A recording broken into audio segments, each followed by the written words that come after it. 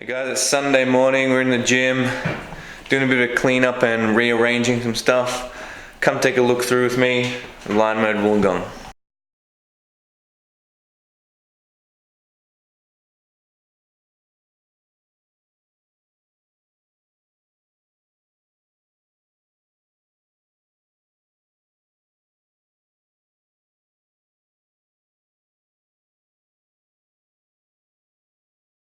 Upstairs we've got all our machine weights, free weights, massage room and a future room that we haven't quite figured out how to fit out yet, as well as our members area and members kitchen.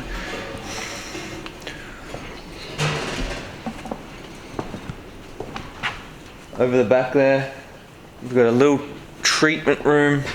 We're thinking that it's either going to be a podcast room or we're going to turn into like a sauna room, put an infrared sauna in there.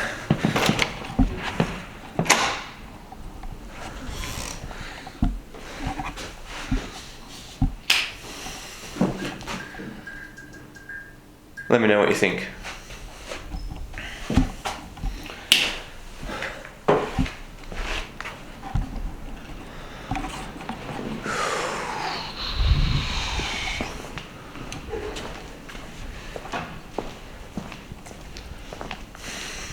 Through here, over here, got our big treatment room. Down there, currently set up for massage. And then when we go through into here, is our members lounge. Pool table, Netflix, our kitchen over here. And outside, where we're not going to go today because there's gale force winds behind me. There's an upstairs balcony for barbecues, etc.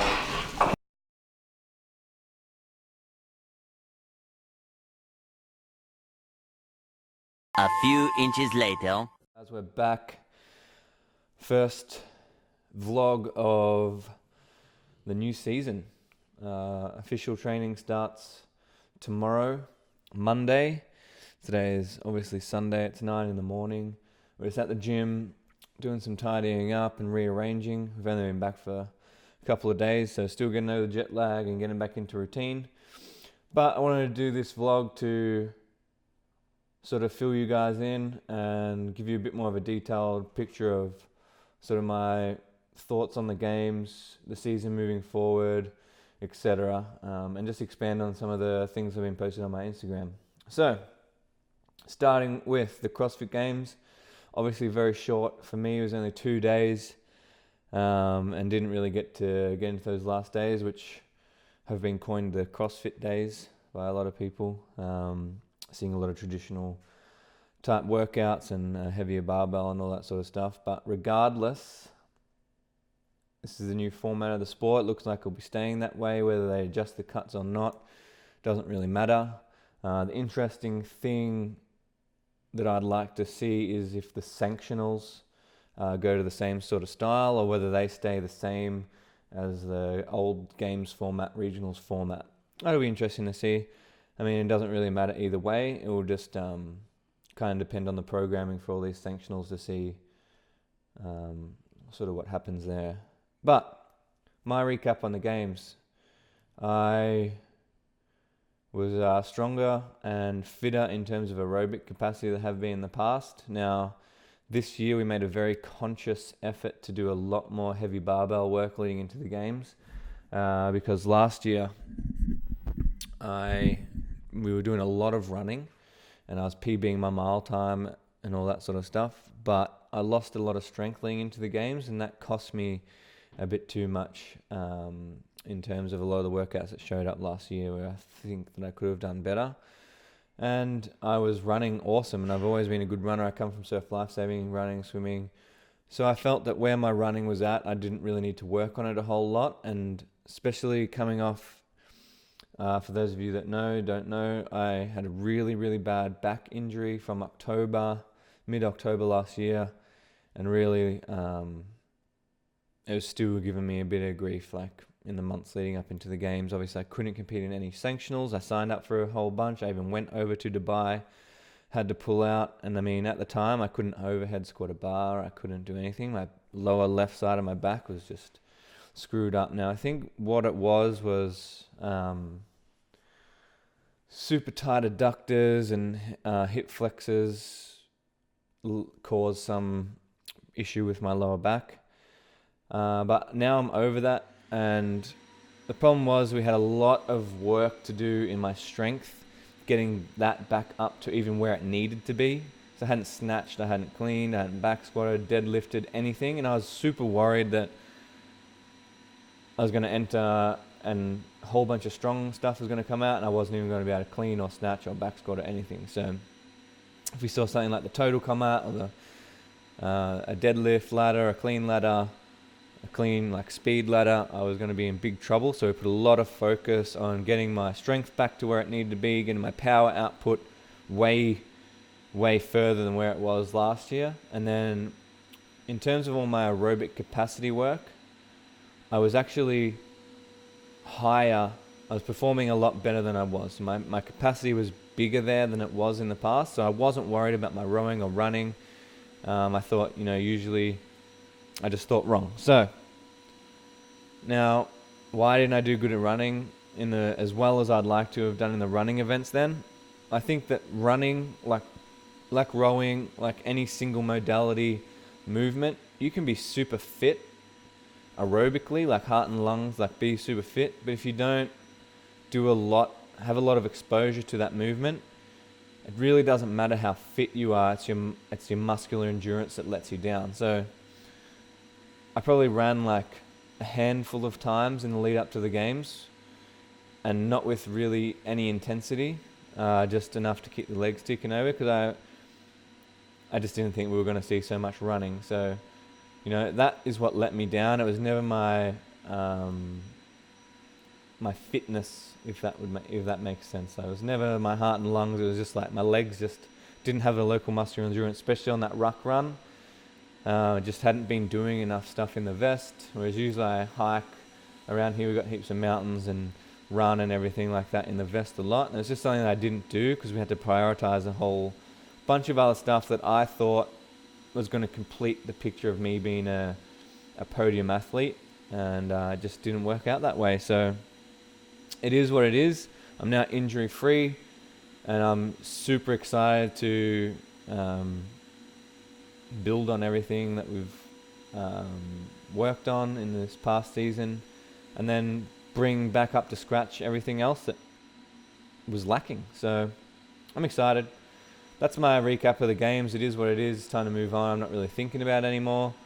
All the discrepancies and everything like that just goes, people stepping on lines, people's bags falling out, sleds not moving fast because of the fans or heat or whatever it may be.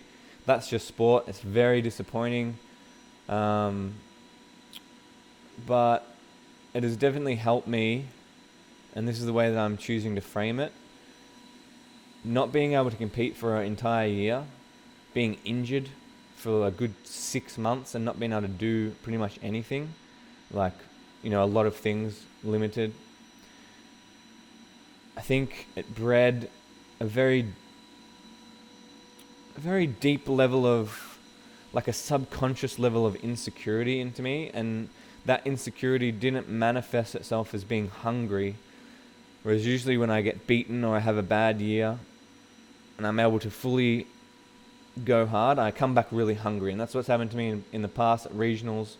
Any of you that have followed my journey know that I've had some horrible regionals where I've missed snatches in the first event, showing up sick, etc., and just been out of contention. And that's always driven me. But this injury, it was very weird. And then qualifying through the Open, and even though I had my best Open result worldwide ever, there was something there that just made me, I was just doubting whether I wanted to compete anymore. And obviously we've had a big year, like moving gym locations, starting our online programming on SugarWOD.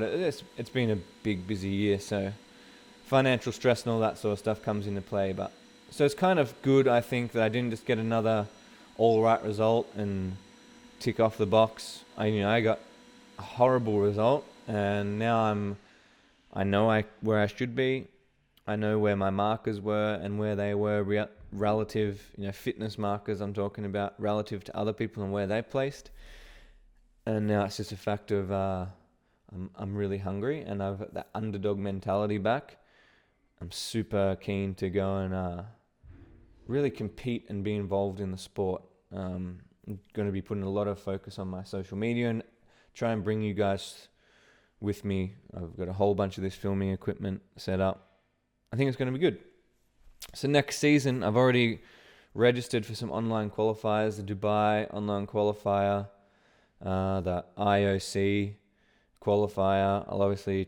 My plan is to re-qualify to the games through the Open and then go to a bunch of sanctionals. I'm planning I've got too many written down that I want to go to, but I know that a couple of them are on the same weekend or too close together and in separate parts of the world. So I'm just bucket listing the ones that I really would like to go to.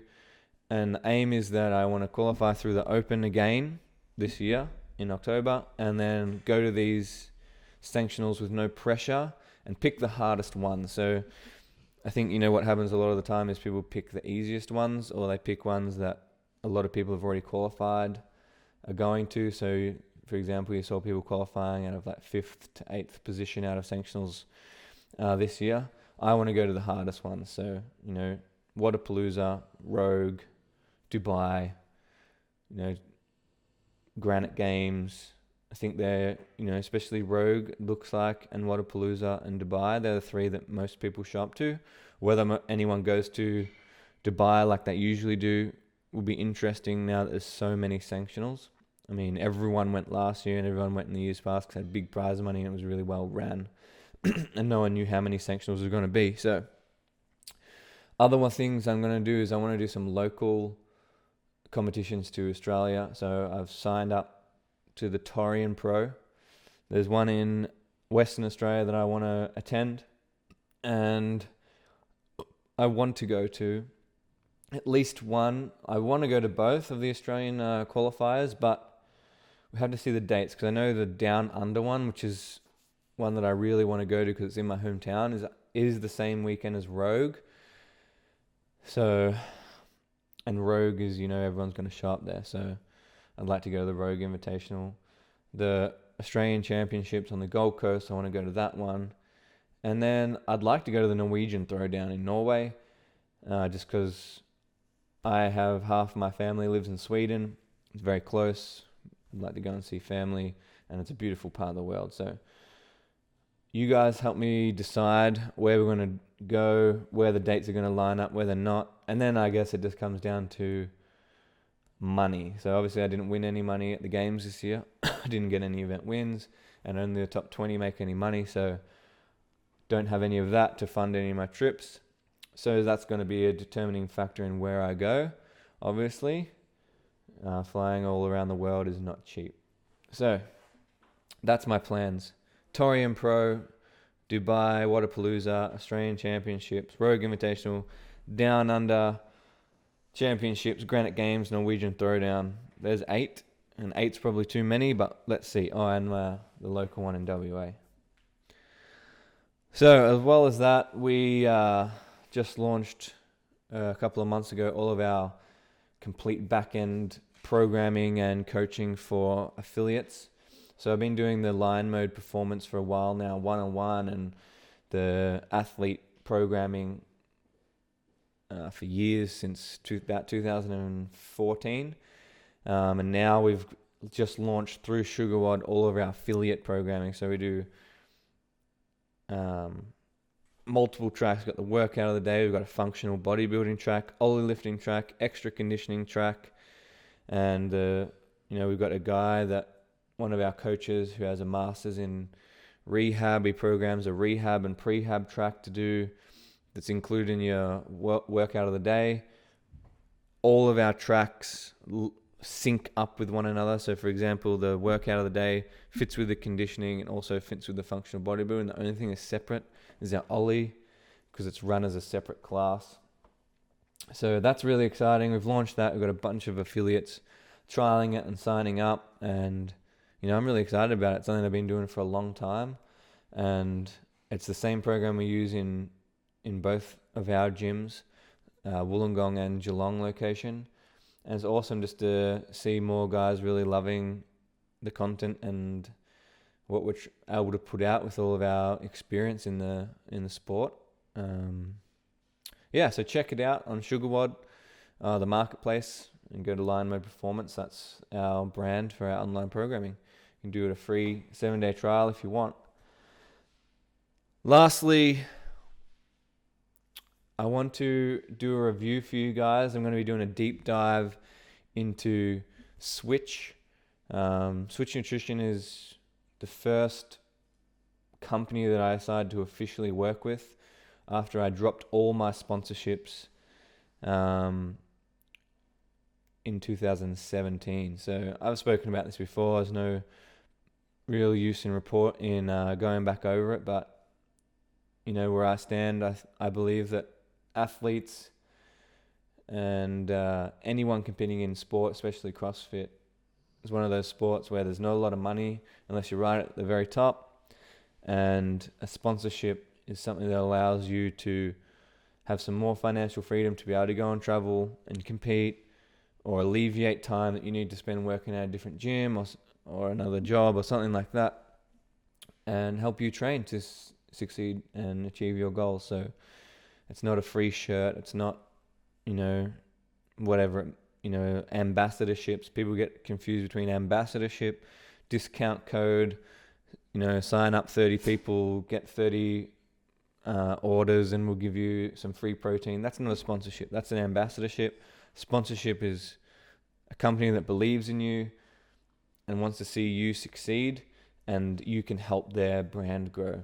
And they're willing to invest in you and help you succeed, because your success will then bring back more customers to their brand, and you believe in their brand and want to see that brand succeed as well. So it's a two-way street. I never work with anyone, whether it's getting some free stuff to review or working in an official capacity like I am with Switch. I believe in their products. So, before we were working together, I was already using their products. Now,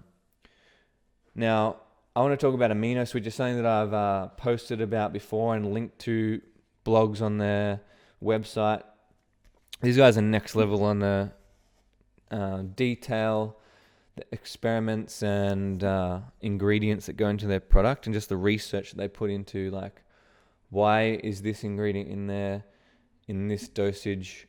Why is this ingredient? Do they work together and help the absorption of and the whole benefit of the supplement, or do they not? And then they remove what doesn't need to be in there, and they put in what's going to make the product actually into a better product. So the thing is, people go and they might be slightly more expensive than your cheaper brands like Bulk Nutrition, True Protein, something like that. But you can get a greens powder that tastes good, that you can just drink as a drink that's enjoyable, and it'll save you buying like 4 products, because it's got your medicinal mushrooms in there, it's got all your greens, it's got your prebiotics, it's got everything. So you eliminate 3 or 4 other supplements that you'd buy individually, and it actually works out cheaper. So you really need to look at that, dive into what's in the ingredients and what actually you'd be saving by purchasing the one supplement, and everything's in there in the right amounts. So that's what I'm going to try and do with these deep dives. So we're starting with the Amino Switch. I'll link to in the description again to this product and to the blog. Now, it's a amino acids supplement. It's the essential amino acids. So it's not just your BCAAs. And the important part with this is it's got all the 9 amino acids in it. So for me, I was looking for a way to get rid of whey protein in my diet. I've spoken about this. I'm an asthmatic, dairy super pro-inflammatory, and whey protein was the last thing. Now, we're taught that, with whey protein recovery and all that sort of stuff, it's like so ingrained that we think if we don't have whey protein, we're not going to recover and we're going to lose all our muscles. But what we're trying to actually do is be in a positive nitrogen balance and whey protein gets broken down into amino acids, and amino acids are essentially what our muscles are made of. So if you're using something like an essential amino acids with all the 9 essential amino acids in it, in the correct ratios that replicate the ratios found in muscle biopsies, which is what these guys do. So if you take a biopsy of a muscle tissue, the ratios that those amino acids will display from that biopsy are exactly the same as what is in this supplement here. So this is going to be in your system and put you in a positive nitrogen balance way quicker than taking a whey protein. It's also, like your BCA, you can drink it while you train. You can do it pre, during, and post. Whereas, when you drink a whey protein, it's very hard to drink. Sometimes post or while you're training. So that's the benefit. But the main one for me was finding something that was not going to hinder my recovery, obviously, and also help me get away from whey protein. So this is that product for me. I'm going to link to it. And the benefits of this are just crazy. Now, I'm recovering better. My inflammation is way down, so my asthma has been way better. All my allergies have been way better. And something to keep in mind, so 1 scoop of this, as you'll see on the back here, 1 scoop is going to equal the same as taking a 30-gram whey protein serving. So all that's left is for us to get over our inbuilt fears of eliminating whey protein from our diet. All their products are naturally sweetened with stevia, and they're all free of any coloring. So they don't have a color unless there's some natural coloring from the actual the ingredients that are going in, like beetroot or something like that. Otherwise, most of their stuff is pretty much clear. So check them out. You can use my code LION10 to get a 10% off on your orders. They are the next level. They're going to take over the CrossFit supplement industry because they're not putting out anything that's cheap and sacrificing price for quality. They're just like finding the best ingredients, finding the ingredients that work best together, and then putting it out. And you can't get a better supplement. So that's Amino Switch. Next supplement that we're going to do by them is Vitality Switch, which is their greens. Then we're going to do their Adrenal Switch, which is their ZMA nighttime supplement. Then we'll look in their pre-workouts and their fat burners and their Keto Switch. So that's where we're at, guys. That's the company that I'm working with at the moment, Switch Nutrition. They have been amazing. They helped me go to the games. They helped me in my lead up with all my expenses. Let me have a whole month training camp in Salt Lake City, and also provided me with the best supplements that you can buy on the market. So I'm super grateful to be working with them and have them on board. I only stock their stuff in my gym, both gyms, and I'm just super excited to help bring them into the CrossFit world and let them help you guys eliminate any shitty products that you might be taking now, give you guys the information on why they are the best. Look at this ingredient list. You're probably not going to be able to see it too great, but that's insane for a BCA amino acids supplement that tastes really well. I'll be back with you guys soon. This is the first video, just giving you guys an update of where I'm at, and all of our videos moving forward are going to have a whole bunch of training footage. As you see, I just got the GoPro, so you're going to be coming with me as I get a little bit back into surf lifesaving in my off season, ski paddling, swimming, all that sort of stuff. We've got the GoPro now, it's waterproof, obviously. Going to be coming along on the ski in the ocean, and all the mountain biking and stuff that we're doing outside of the gym. And I've obviously got this camera here that I'm using that now, the Canon, to film in 4K all the stuff that we're going to be doing inside the gym. If anyone knows of a good podcast hosting service, let me know. Any Any things that you'd like me to review and test out and give you a 100% honest review on, let me know. Yeah, that's where we're at. Games training starts tomorrow. Opens in about like 9-10 weeks. Let's do it. Team line mode.